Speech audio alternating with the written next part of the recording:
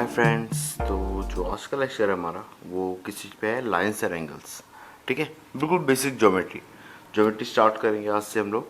और बिल्कुल basic chapter से स्टार्ट करें, लाइन्स एंड एंगल, फिर ट्राइंगल्स, और ऐसे करके इंक्रीज करते जाएंगे और बिल्कुल स्क्रैच से फिर बिल्कुल ओलंपियाड लेवल तक जाएंगे। ठीक है, एक्चुअली मैंने लेक्चर्स भी अपलोड कर रखे हैं मैक्सिमम, पर वो मैंने इस टाइप से किए हुए थे कि आपको बेसिक्स और कुछ चीज़ें आती हो पहले से, 9th-10th का आपको ज्योमेट्री आता हो बेसिक लेवल पे, है ना। तो अगर आपको वो चीज़ें आती होंगी उसके बेस पे आप एडवांस चीज़ें कर सकते हो। तो एडवांस वाले लेक्चर तो मैंने डाल रखे, पर फिर भी बेसिक टच में एक बार देना चाहता हूँ, ताकि बेसिक टच पे जो डिफ़िकल्ट क्वेश्चन आते हैं वो भी मैं आपको करवा सकूँ। ठीक है ना। तो 8th-9th वालों के लिए उस टाइप से। ठीक है, चलिए देखते हैं।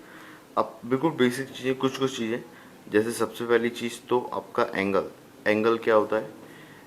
एंगल एक्चुअली में दो लाइंस के पाथ का रिलेशन बताता है ना। जैसे मान लीजिए मेरी एक ये लाइन है ना, और मेरी एक ये लाइन है। अब मैं इनके पाथ को देखना चाहता हूँ, इनका पाथ किस तरीके से मूव कर रहा है, या इनके पाथ के बीच में रिलेशन कितना है, डिस्टेंस कितना है, या कितना वो डिस्पर्स हो रहे हैं, कितना दूर जा रहे हैं, इस टाइप से। जब भी मैं ऐसा कुछ पता करना चाहता हूँ या ऑब्जर्व करना चाहता हूँ, मैं क्या करता हूँ, उनके कोई भी एक पॉइंट को मैं क्या कर देता हूँ, कॉमन कर देता हूँ। मतलब इसको उठा के इधर रख दूँ, बिल्कुल ऐसा का ऐसा। तो ये लाइन कुछ इस तरीके से हो गई। अब ये दोनों लाइन के बीच का ये वाला जो पार्ट है, ये क्या बता रहा है, एंगल, कि ये लाइन इधर जा रही है, इसके रिस्पेक्ट में ये लाइन इधर जा रही है, ऐसा। तो ये बीच का जो होता है इसको बोलते हैं एंगल। ठीक है ना, ये एंगल होता है। ठीक है, इसके बाद में यही लाइन बिल्कुल एक ऐसी हो जाए, बिल्कुल हॉरिजॉन्टल, और सेम एक लाइन आपकी बिल्कुल एक हो जाए वर्टिकल, तो इसको बोलते हैं हॉरिजॉन्टल लाइन, इसको वर्टिकल लाइन। ये अगर इस तरीके से हो जाए तो ये 90। अब एक हॉरिजॉन्टल और वर्टिकल लाइन के बीच का ही एंगल 90 होता है क्या? नहीं, ऐसा नहीं है ना। लाइन आपकी ऐसी और ऐसी हो तो भी इनके बीच का एंगल 90 हो सकता है, डेफिनेटली। बस मैं आपको बताने के लिए बता रहा हूँ कि रेफरेंस को ये एंगल आप 90 मानो, लेकिन लाइन आपकी रोटेट भी कर सकती है और उनके बीच का एंगल कितना होगा, 90, है ना। ठीक है। अब दूसरी चीज़, अगली चीज़, कि अगर मैं, ये मेरी दो लाइन है ना, और कोई एक लाइन इनको इंटरसेक्ट कर रही है, कोई एक लाइन क्या कर रही है, इनको इंटरसेक्ट। अगर ऐसी कोई लाइन इंटरसेक्ट करती है तो जो इधर के दो एंगल होते हैं ये वाले, 1 2। अब एक और चीज़, मैं पूरी ज्योमेट्री में एंगल को एक्स वाई जेड इन सब से नोट नहीं करता। जनरली मैं एंगल्स को नोट करता हूँ 1 2 3 4 5 इस तरीके से। तो अगर 1 2 3 4 लिखा हो तो आप ज़्यादा टेंशन मत लेना, वो एंगल से होते जनरली। ठीक है ना। तो ये एंगल है 1 और 2, और ये एंगल है 3 और 4। ठीक है। तो जिस तरफ मेरी लाइन दूर दूर जा रही है, मतलब इस डायरेक्शन में मेरी लाइन एक्चुअली में दूर जा रही है ना, ये डाइवर्ज हो रही है, इसको क्या बोलते हैं, डाइवर्जन, डाइवर्ज हो रही है। और जहां पे लाइन वो मिलने की कोशिश कर रही है ना, तो इस तरफ को बोलते हैं कन्वर्ज। क्या बोलते हैं, कन्वर्ज। तो जिस तरफ वो डाइवर्ज हो रही हैं उस साइड 1 और 2 एंगल का सम, दोनों एंगल का सम 180 से बड़ा होता है। क्या होता है, 180 से बड़ा। ठीक है। और जिस तरफ कन्वर्ज होते हैं उस तरफ दोनों एंगल का सम कितना हो जाता है, सॉरी, छोटा हो जाता है, 180 से छोटा हो जाता है। ये ध्यान रखना आपको।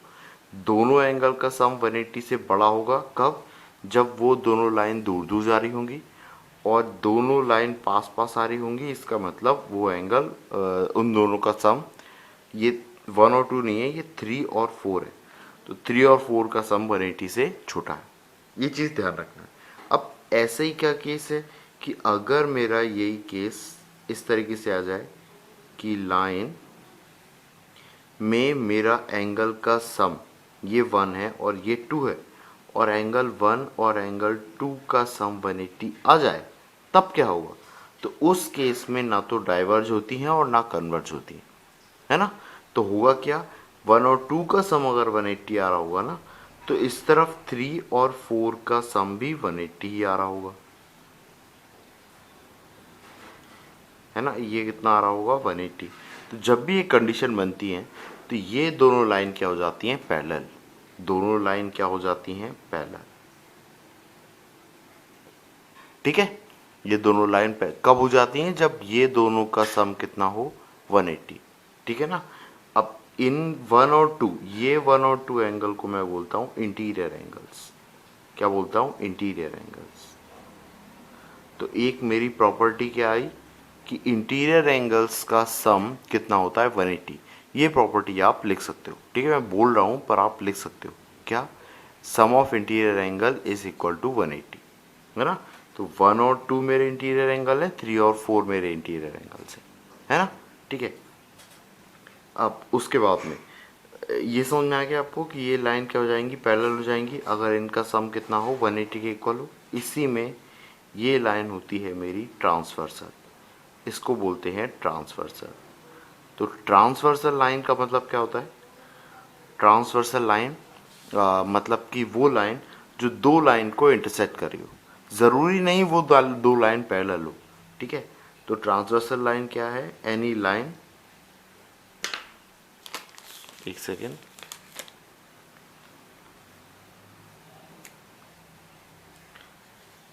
a line which intersect any two line, a line which intersect any two line, any two line। अब ये ध्यान रखना है, इस केस में पैरेलल हो रही है पर ज़रूरी नहीं हमेशा हो। इस केस में भी ट्रांसवर्सल लाइन क्या होगी? ये होगी, ठीक है? ये होगी आपकी ट्रांसवर्सल लाइन, ठीक है? अभी इसको बोलूँगा क्या? बेटा ये लाइन एक ही को इंटरसेक्ट कर रही है, फिलहाल दो को नहीं कर रही है, आगे जाके करेगी तब की तब देखेंगे, लेकिन फिलहाल तो नहीं कर रही है ना? फिलहाल एक ही को कर रही है। ये भी लाइन फिलहाल एक ही को कर रही है, लेकिन ये वाली लाइन फिलहाल दो को कर रही है, इसलिए अभी की कंडीशन में इसको ट्रांसवर्सल बोला जा रहा है, ठीक है ना? ये ध्यान रखना, ठीक है? अब अगली चीज ये समझ में आए। अब इस वाले केस को हम और अच्छे से देखते हैं। तो इसमें हमने एक तो देख लिया इंटीरियर एंगल वाला केस, इसमें और भी एंगल्स बन सकते हैं, ठीक है? तो ये मैंने देखा। अब इसमें ये दोनों एंगल ये अगर दे रखे हैं तो ये क्या है? 1 और 4। तो 1 और 4 ये एंगल्स को बोलता हूँ मैं अल्टरनेट इंटीरियर एंगल्स, है ना? तो एंगल 1 और एंगल 4 ये दोनों क्या है मेरे? अल्टरनेट इंटीरियर एंगल्स, है ना? अब अल्टरनेट इंटीरियर एंगल्स की एक प्रॉपर्टी होती है कि ये दोनों मेरे क्या होते हैं? इक्वल। अल्टरनेट इंटीरियर एंगल्स ये दोनों क्या होते हैं मेरे? इक्वल, है ना? सेम अगर 1 और 4 देख रहा हूँ तो 2 और 3 भी मेरे क्या होंगे? अल्टरनेट इंटीरियर एंगल्स, 2 और 3, है ना? तो इसको लिख लेता हूँ एंगल 2 इक्वल टू एंगल 3। ये भी मेरे दोनों क्या होंगे? अल्टरनेट इंटीरियर एंगल्स, ठीक है? अब इसी में अगर मैं यहाँ पे 5 बना दूँ, यहाँ पे 6 बना दूँ, तो जो एंगल 2 और 5 है, ये 2 और 5, ये एंगल 2 और ये एंगल 5 ये भी मेरे इक्वल होते हैं, है ना? है ना? इनको बोलते हैं करस्पॉन्डिंग एंगल्स। इनको क्या बोलते हैं? करस्पॉन्डिंग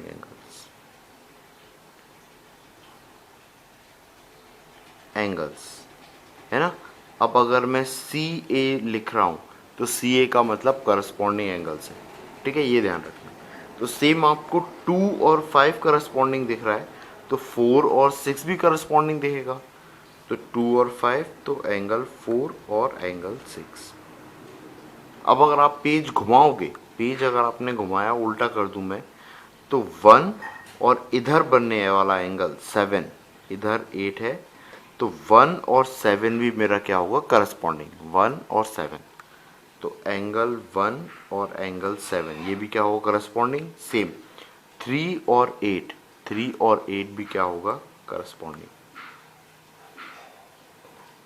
ठीक है, अब इसी में एक होता है अल्टरनेट एक्सटीरियर एंगल, ये है अल्टरनेट इंटीरियर मतलब अंदर की तरफ वाले, जैसे कि 2 और 3 और 1 और 4, ऐसे ही अल्टरनेट एक्सटीरियर होते हैं। वो एक्सटीरियर मतलब बाहर वाले, तो बाहर वाले कौन, 6 और 7, 5 और 8। तो अल्टरनेट एक्सटीरियर एंगल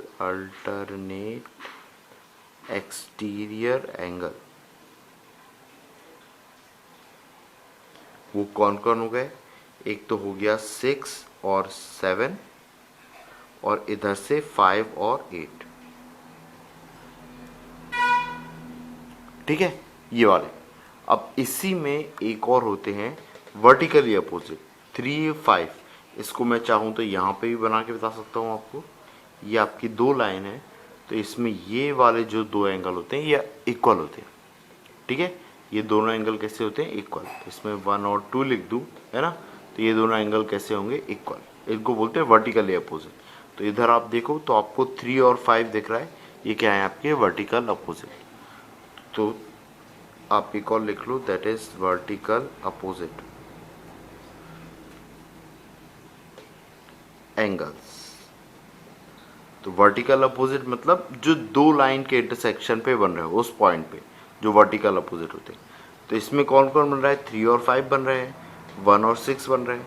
तो मैं लिखते चलता हूँ, angle 1 equal to angle 6, angle 3 equal to angle 5, वैसे ही एंगल 2 इक्वल टू एंगल 8 और एंगल 4 इक्वल टू एंगल 7। ये मेरे क्या होंगे, वर्टिकल अपोजिट एंगल्स। ठीक है, अब ये सब का प्रूफ अगर आप जानना चाहते हो कि ये सब आए कैसे, है ना, तो इन सब के प्रूफ के लिए एक बहुत ही बेसिक प्रॉपर्टी है, वो क्या होता है, लीनियर पेयर, है ना, लीनियर पेयर। उससे पहले मेरे को दो चीज़ें और पता होना चाहिए। पहली चीज़ होती है कॉम्प्लीमेंट्री एंगल्स। कॉम्प्लीमेंट्री एंगल्स क्या होते हैं, और एक होता है सप्लीमेंट्री एंगल्स। तो कॉम्प्लीमेंट्री एंगल्स, है ना, और एक होता है सप्लीमेंट्री एंगल्स। ये दो अगर आपको पता है तो उसके बेस पे इनका प्रूफ आ जाएगा। ठीक है, क्योंकि कोई भी आपसे पूछ सकता है कि अच्छा ये बताओ कि ये तो आपने रिजल्ट याद कर लिया ये सब, है ना, कि दो पैरेलल लाइन को जब एक ट्रांसवर्सल लाइन इंटरसेक्ट करती है तो ये एंगल्स मेरे आते हैं, ये इक्वल होते हैं, अल्टरनेट इंटीरियर एंगल्स इक्वल होते हैं, करस्पॉन्डिंग एंगल्स इक्वल होते हैं, और अल्टरनेट एक्सटीरियर एंगल्स इक्वल होते हैं, वर्टिकल अपोजिट एंगल्स इक्वल होते हैं। इंटीरियर एंगल्स का सम कितना होता है, 180 होता है। तो इंटीरियर एंगल्स कौन कौन आ गए, 1 2 आ गए, 3 4 आ गए। ठीक है, लेकिन ये प्रूफ होते कैसे, तो उसके लिए पहले तो आपको ये दो चीज़ पता होना चाहिए। कॉम्प्लीमेंट्री एंगल्स मतलब कि दो एंगल्स का सम कितना आ रहा हो, ऐसे दो एंगल्स जिनके एंगल्स का सम कितना आ रहा हो 90, और वो दोनों की एक साइड जुड़ी हुई होना चाहिए, है ना। नहीं, जुड़ी होना ज़रूरी नहीं है, अब बस ये ध्यान रखो दो एंगल्स का सम क्या आ रहा हो मेरा 90, है ना। मतलब कि मैं अगर कोई भी ऐसा फिगर बना रहा हूँ इस टाइप से, ऐसा कुछ, और ये है एंगल 1 और ये है 2, तो 1 और 2 का सम अगर 90 आ रहा है तो मैं क्या बोल सकता हूँ, एंगल 1 और एंगल 2 क्या है मेरे, कॉम्प्लीमेंट्री एंगल्स, है ना। तो मैं ऐसा ही बोल सकता हूँ कि एक अगर एंगल 1 है तो अगला वाला एंगल क्या होगा, 90 माइनस एंगल 1। देखिए यहाँ से एंगल 2 कितना आ जाएगा, 90 माइनस एंगल 1। तो जब भी आपको कॉम्प्लीमेंट्री एंगल्स लेने के लिए बोला जाता है तो आप क्या मानते हो, एक एंगल 1 मानते हो, एक को क्या मानते हो, 90 माइनस 1। ठीक है, ये चीज़ ध्यान रखना है। सेम सप्लीमेंट्री में क्या होता है, दो एंगल्स का सम कितना आ जाए, 180। दो एंगल्स का सम कितना आ जाए, 180। ठीक है, तो इसको क्या बोलते हैं, सप्लीमेंट्री। तो इसका मतलब एक एंगल अगर 1 है तो सप्लीमेंट्री अगला एंगल कितना होगा, 180 माइनस 1। ठीक है, अब अगर मैं दो कॉम्प्लीमेंट्री एंगल्स की बात करूं और दो कॉम्प्लीमेंट्री एंगल्स की एक साइड शेयर कर लूं, मतलब कि मान लीजिए ये मेरा है एंगल 1, और यहीं पे एक साइड शेयर करके मैं एक और एंगल बना दूं, दैट इज एंगल 2। ठीक है, तो ये 1 + 2 ये कितने हो गए मेरे 90। इसका मतलब कि ये दोनों लाइन कैसी होंगी, परपेंडिकुलर, है ना। ये वाली लाइन, ये वाली लाइन और ये वाली लाइन, ये दोनों लाइन कैसी होंगी, परपेंडिकुलर। कैसी, परपेंडिकुलर। तो जब भी दो दो एंगल्स में एक साइड कॉमन आती है तो उन दोनों एंगल का सम कितना हो जाता है, 90। और मैं कह सकता हूँ कि जो साइड शेयर नहीं हो रही है, ये साइड तो शेयर हो रही है, ये दोनों साइड शेयर नहीं हो रही है, तो दो साइड जो अनशेयर्ड हैं वो क्या होती हैं, परपेंडिकुलर्स होती हैं। कैसी होती हैं, परपेंडिकुलर्स। सेम इस केस में अगर मेरा एक एंगल 1 है, ठीक है, ये 1, और एक एंगल मेरा 2 और 1 और 2 का सम कितना आ रहा है, 180, है ना, है ना। एक साइड मैंने शेयर कर रखी है, तो जो अनशेयर्ड साइड होंगी, ये अनशेयर्ड साइड्स होंगी, ये क्या है, एक स्ट्रेट लाइन बनाएगी, है ना। तो ये क्या बोलेंगे अपन इन दिस केस, है ना, unshared lines make a straight line. ठीक है, मेक अ स्ट्रेट लाइन। तो ये चीज़ आपको ध्यान रखना है कि एक आपने लाइन क्या कर ली, शेयर कर ली, तो बची हुई अनशेयर्ड लाइंस क्या होती हैं, बिल्कुल एक स्ट्रेट लाइन बनाती है। ठीक है, इसी को आप बोलते हो लीनियर पेयर। क्या बोलते हो, लीनियर पेयर। ये प्रॉपर्टी होती है कि मतलब अगर कोई एक स्ट्रेट लाइन है और बीच में मैं कोई एक भी लाइन डाल दूं तो बनने वाले दोनों एंगल का सम कितना होगा, 180। ठीक है, और कोई भी लाइन अगर मैं ऐसी ड्रॉ कर रहा हूँ और कोई भी एक पॉइंट ले लूँ तो इस पॉइंट के अराउंड ये वाला जो टोटल एंगल होता है ये भी कितना होता है, 180। ठीक है, तो सीधी बात है, अगर मैं यहाँ से ऐसी कोई लाइन ड्रॉ भी कर दूँ तो ये दोनों एंगल का सम, ये वाला एंगल और ये वाला एंगल, इन दोनों का सम कितना, 180 ही आ रहा होगा। ठीक है ना। तो ये आपको प्रॉपर्टी ध्यान रखना है। अब आप इसको प्रूफ कर सकते हो। अभी देखो,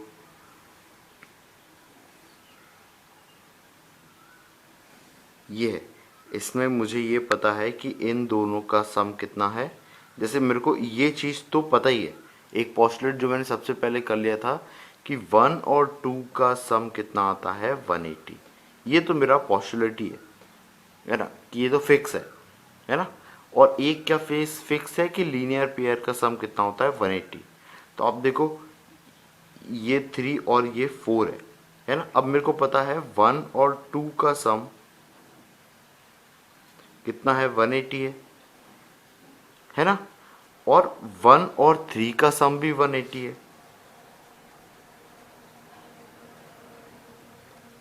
है ना।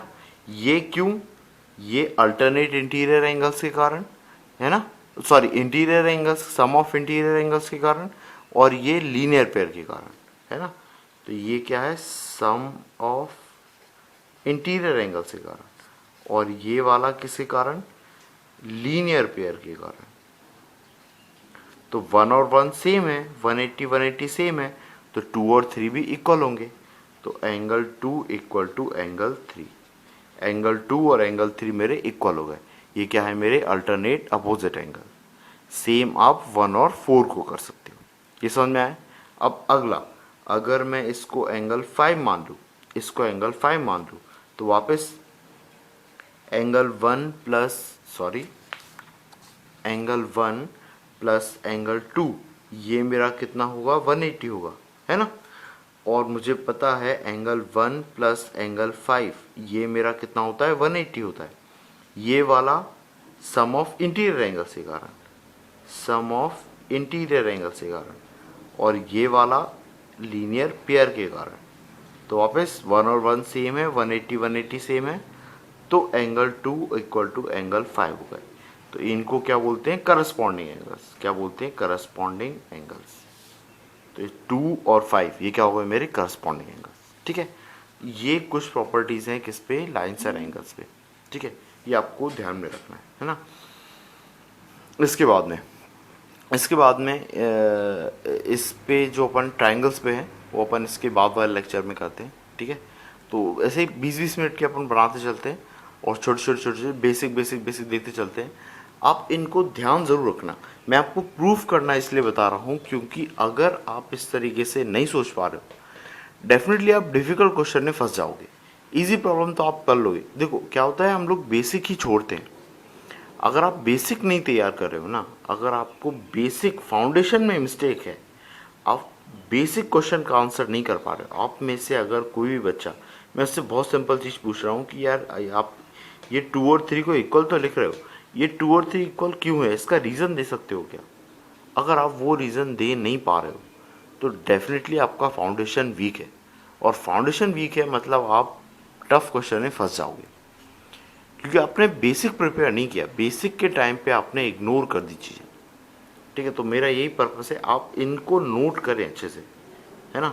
मैंने जो भी बोला है आप उसे प्लीज़ कॉपी में लिखें, है ना। भले ही मैंने नहीं लिखा हो पर आप प्लीज़ हर चीज़ को कॉपी में लिखें सिस्टमेटिकली, तब भी आपको इस चीज़ की हेल्प मिलेगी आगे जब मैं अच्छे क्वेश्चन कराऊंगा, ठीक है। अच्छे क्वेश्चन कराऊंगा तब नहीं बनेंगे, ध्यान रखना। इतने सिंपल टॉपिक में भी नहीं बनेंगे, देखना, ठीक है। मैं कई चीज़ें आपसे प्रूफ करने के लिए बोलूँगा और आप फंस जाओगे कि नहीं सर ये होता तो है, ये रिज़ल्ट तो मेरे को याद है, पर ये कैसे होता है मैं नहीं कर पा रहा हूँ।